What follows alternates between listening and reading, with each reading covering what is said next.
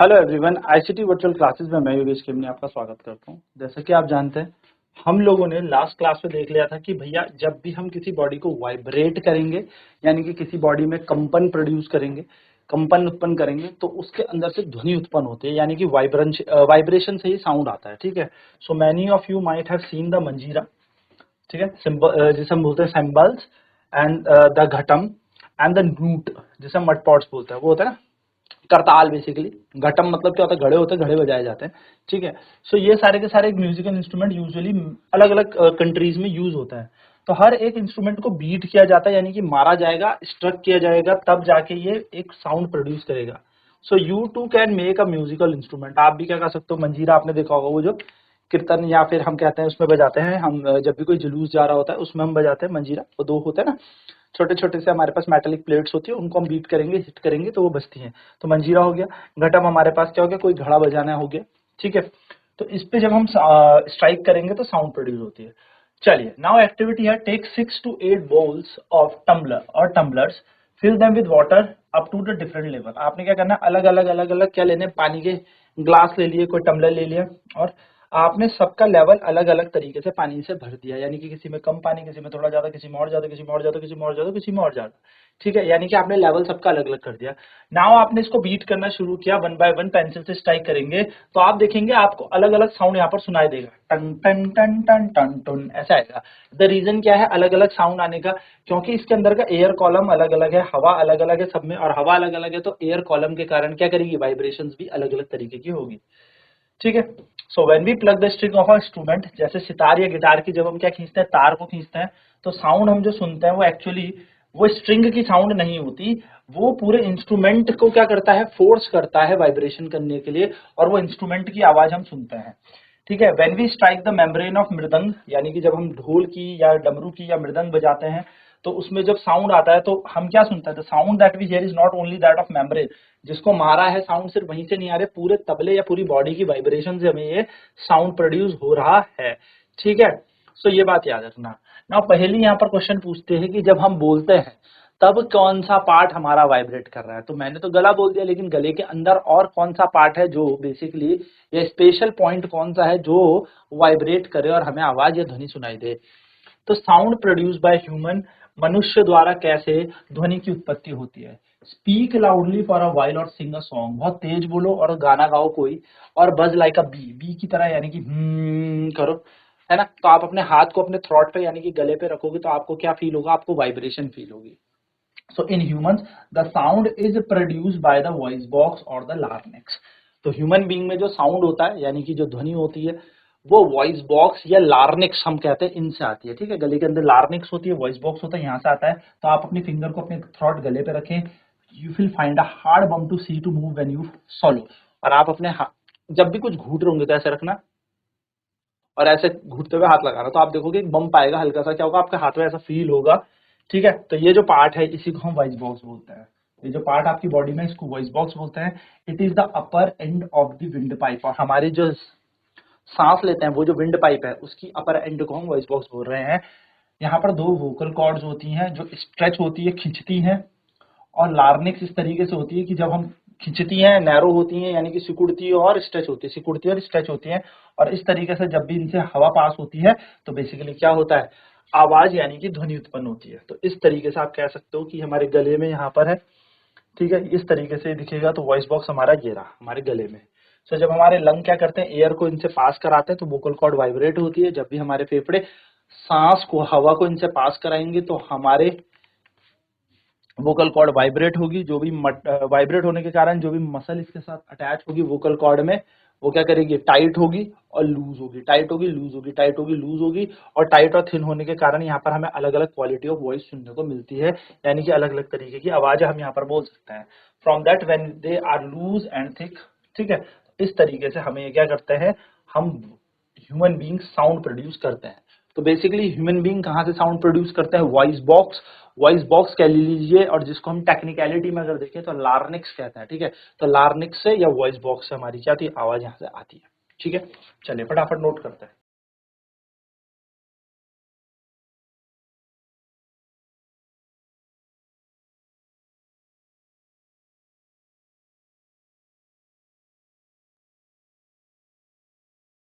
Now इसके लिए एक activity, take 2 rubber strips of the same size, 2 रबड़ की स्ट्रिप्स ले, दोनों के दोनों समान आकार का ले, इन दोनों को एक दूसरे के ऊपर रख दे, एक दूसरे के अबव ऐसे स्ट्रिप्स को रख दे।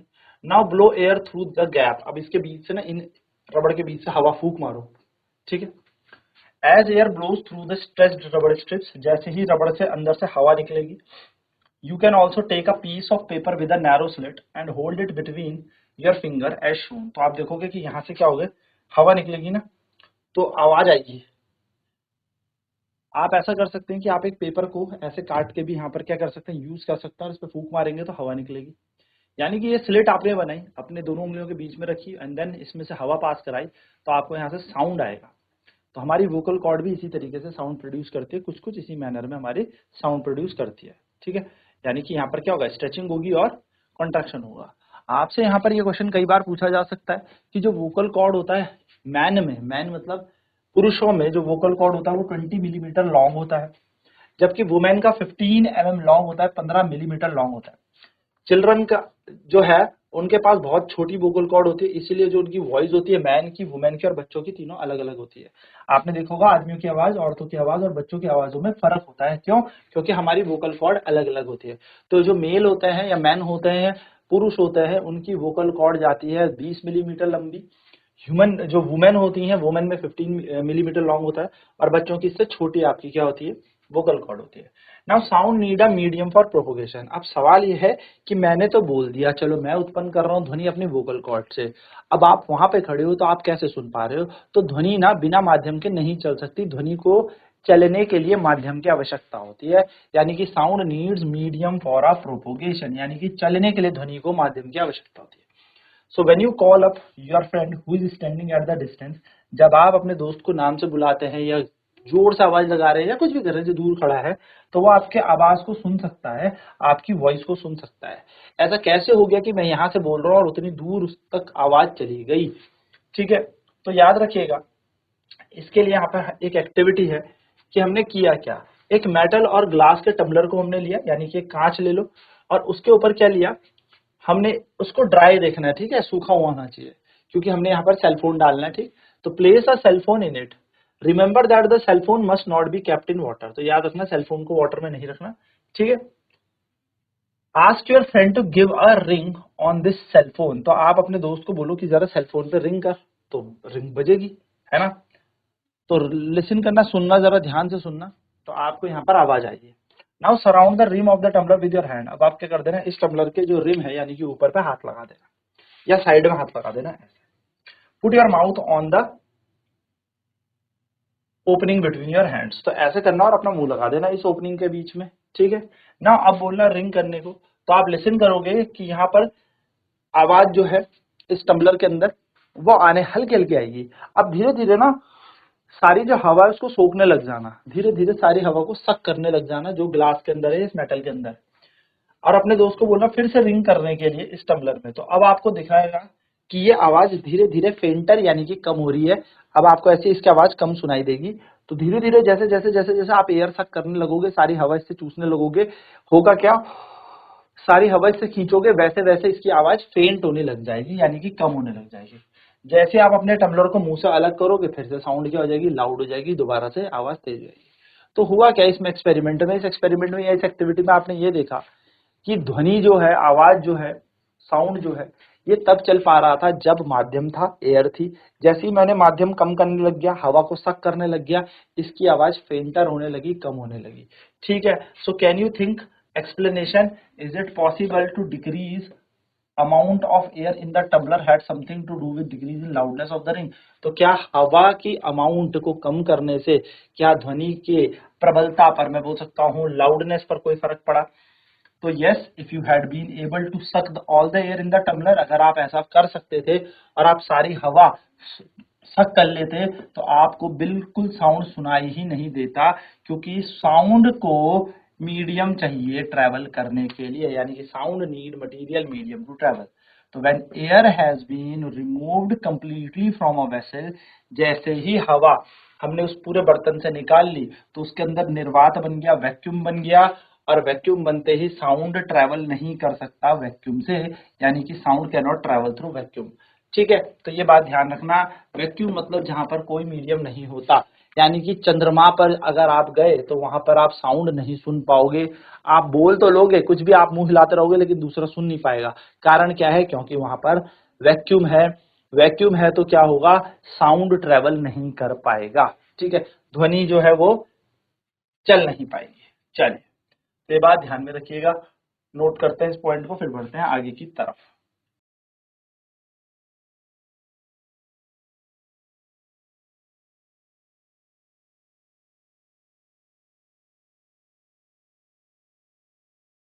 ठीक है, तो ये बन गया। नाउ क्वेश्चन है, does sound travel in liquid? क्या ध्वनि जो है वो लिक्विड यानी कि पानी में चलती है? ठीक है, तो टेक अ बकेट, एक बाल्टी लो, ठीक है, या बाथ टब लो, fill it with clean water, उसको एकदम साफ पानी से भर दो। Take a small bell in one hand, छोटी सी एक घंटी इस पे रख दो एक हाथ पे, ठीक है। Shake this bell inside the water, और हल्के हल्के क्या करो, इस बेल को शेक करो इनसाइड द वाटर, ठीक है, टू प्रोड्यूस साउंड, जिससे ध्वनि उत्पन्न हो। Make sure that the bell does not touch the body of the bucket और द टब, और यहाँ पे मेक श्योर करो कि जो ये घंटी बज रही है ये बकेट से बाहर, मतलब जो बेसिकली है घंटी, जो टच ना करे, इस बकेट को छुए ना कहीं से, ठीक है। Make sure that the bell does not touch the body of the bucket और द टब, इस टब को छुए ना, इस पे कहीं पर भी टच ना कर रही हो, ठीक है।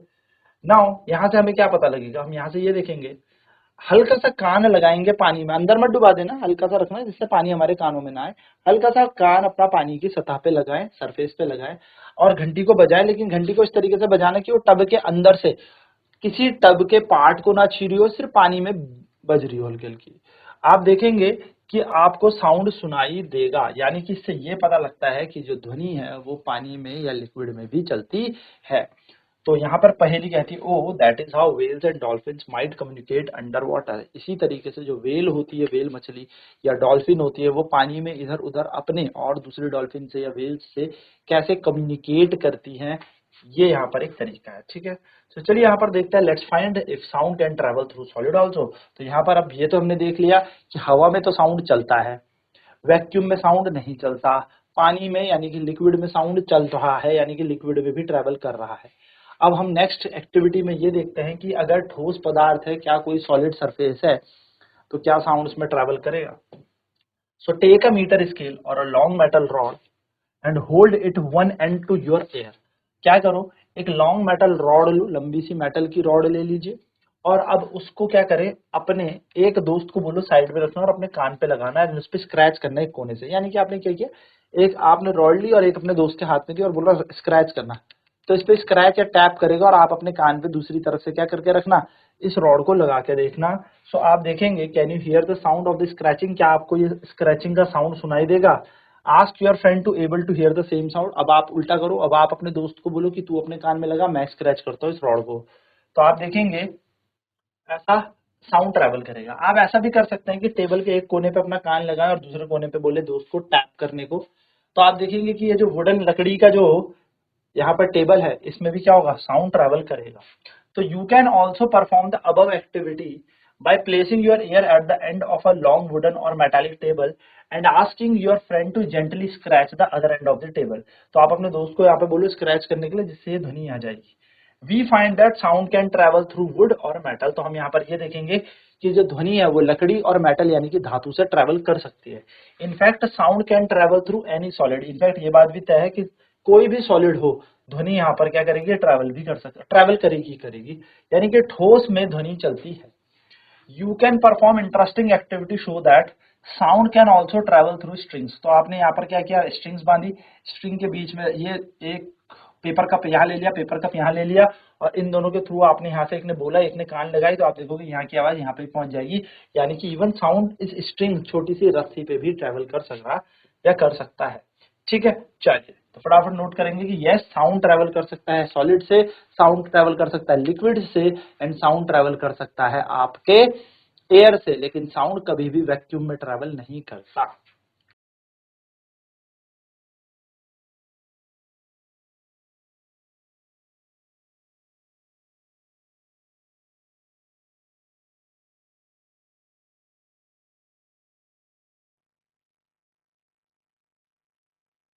So we have learned so far that vibrating object produces sound and it is carried in all direction। हम जानते हैं जो वाइब्रेटिंग बॉडी होती है वो प्रोड्यूस करती है साउंड को, और ये हर दिशा में हर डायरेक्शन में फेंकती है। The medium could be a gas, liquid और सॉलिड। तो मीडियम कुछ भी हो सकता है, सॉलिड हो सकता है, लिक्विड हो सकता है और गैस हो सकती है।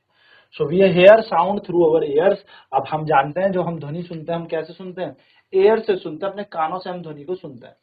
तो आपने देखा होगा जो हमारा आउटर पार्ट है कान का वो एक फनल जैसा है ना, कुपी बोलते हैं हम उसको, बेसिकली एक फनल जैसा है।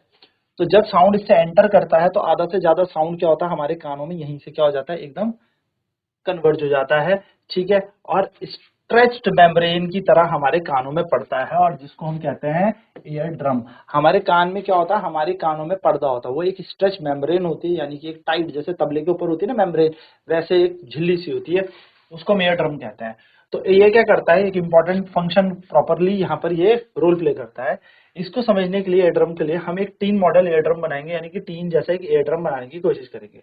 देखो आपको क्या करना है, आपने एक प्लास्टिक का कैन लिया, उसके ऊपर गुब्बारा आपने टाइट से बांध दिया, ठीक है, कोई रबड़ का बलून आपने इस पर टाइट बांध दिया। अब पोर करेंगे इसके अंदर कुछ ग्रेन, यानी कि इस गुब्बारे को टाइट रख के इसके ऊपर कुछ ग्रेन्स रख देंगे, गेहूं चावल जो भी आपको वो रख दीजिए, ठीक है, और इसे रबड़ बैंड से टाइट बांधना है, ठीक है। नाउ आपने क्या किया, आपने नीचे से यहाँ पर थोड़ा सा इस पे क्या किया, टीन का कैन है हॉलो, तो नीचे से हुर्रे बोला, या कुछ भी आप जोर से बोलेंगे तो ये वाइब्रेट करेगा और ये जो ग्रेन्स है इसमें उछलने लग जाएंगे। तो ऐसा क्यों हुआ, तो जब आपने यहाँ से कुछ बोला तो ये ध्वनि क्या गई, इस पे स्ट्राइक हुई और इसने क्या किया, वाइब्रेशन किया, इस गुब्बारे की मेम्ब्रेन ने वाइब्रेशन किया, और जो भी इसके ऊपर ग्रेन्स थे ये क्या करने लगे, जंप करने लगे, उछलने लगे। अब क्यों उछलने लगे, जो मैंने आपको कारण बता ही दिया है कि जब एयर ड्रम एक होता है वो स्ट्रेच मेम्ब्रेन की तरह काम करता है। तो स्ट्रेच मेम्ब्रेन यानी कि यहाँ पर क्या है, एक ड्रम जैसे होता है ना, तबला बोलूं या फिर मैं गुब्बारे को खींच के बताया था मैंने, ड्रम जैसा काम कर रहा है। तो ये ड्रम वाइब्रेट करता है, और ये ड्रम वाइब्रेट करने से क्या होगा, कंपन करने से क्या होगा, ये ध्वनि को क्या करेगा और एनहेंस करेगा, और ये वाइब्रेट करके उस ध्वनि को हमें सुना पाएगा। तो हमारे कान में कुछ इस तरीके की चीज होती है। तो एयर ड्रम जो होती है वो क्या होता है, कानों का पर्दा एक स्ट्रेच शीट होती है, रबर शीट होती है। Sound vibration make the air drum vibrate, और जो ध्वनि की जो वाइब्रेशन इससे एयर ड्रम वाइब्रेट करता है। एयर ड्रम क्या करता है, वाइब्रेशन को भेजेगा अंदरूनी कान की तरफ, यानी कि कान के अंदर के हिस्से की तरफ। इससे हमें सिग्नल मिलेंगे, और सिग्नल मिलेंगे हमारे ब्रेन को कि भाई यहाँ पर ये बोला गया है, ये सुना गया है, और हमारा कान वही सुनेगा, ठीक है। So we must never put a sharp pointed or a hard thing into our ear. It can damage the eardrum. The damaged ear can impair hearing. तो अगर हम बहुत ज्यादा ही कोई नुकीली चीज या कोई हार्ड सी चीज कान में डालेंगे तो हमारे ear drum यहाँ पर हर्ट हो जाएगा, और इसके कारण यानी कि ear drum पे क्या लग जाएगी, आप कह सकते हो कि ear drum हमारे यहाँ पर क्या हो जाएगा, चोट लग सकती है, ear drum को हमें नुकसान हो जाएगा, जिसके कारण हम इम्पेयर हो सकते हैं, सुनने की क्षमता खो सकते हैं। तो you have already learn in the earlier classes about the oscillatory motion. आपने अभी पुरानी क्लासेस 7th क्लास में भी देखा था, ऑसिलेटरी मोशन होता है जिसमें टू एंड फ्रो मोशन होता है। तो जो ऑसिलेशन होते हैं पर सेकंड उनको हम फ्रीक्वेंसी कहते हैं, यानी कि जितने वाइब्रेशन एक सेकंड में होता है उसको हम आवृत्ति कहते हैं। एक सेकंड में कितने बार दोलन हुआ उसको ही हम फ्रीक्वेंसी कहते हैं, और इसको एक्सप्रेस किया जाता है हर्ट्ज में, हर्ट्ज इसकी इकाई है। तो हम जो ऑब्जेक्ट है अगर एक हर्ट्ज है तो एक ऑसिलेशन एक सेकंड में हो रहा है। ऑसिलेशन में फिर बता दूं, अगर एक सेकंड में ये वापस आए इसको हम ऑसिलेशन कहते हैं, ठीक है। तो अगर एक ऑब्जेक्ट 20 ऑसिलेशन करता है एक सेकंड में तो उसकी फ्रीक्वेंसी क्या है, तो कितनी ऑसिलेशन की 20, तो इसकी फ्रीक्वेंसी यानी कि आवृत्ति 20 होगी, ठीक है। तो कुछ छोटी छोटी सी चीजें हैं जो हमारे साउंड में रिलेटेड करते हैं, साउंड वेव में रिलेटेड करते हैं, लाइक एम्पलीट्यूड क्या होता है, पिच क्या होता है, फ्रीक्वेंसी क्या होता है, टाइम पीरियड क्या होता है। तो नेक्स्ट क्लास में हम इन चीजों पर चर्चा करेंगे, सारे के सारे इस पे कैसे न्यूमेरिकल्स क्वेश्चन बनते हैं उन पर हम बात करेंगे। तो आज की क्लास में इतना ही। आईसीटी वर्चुअल क्लासेस में जुड़ने के लिए धन्यवाद। आपका दिन शुभ।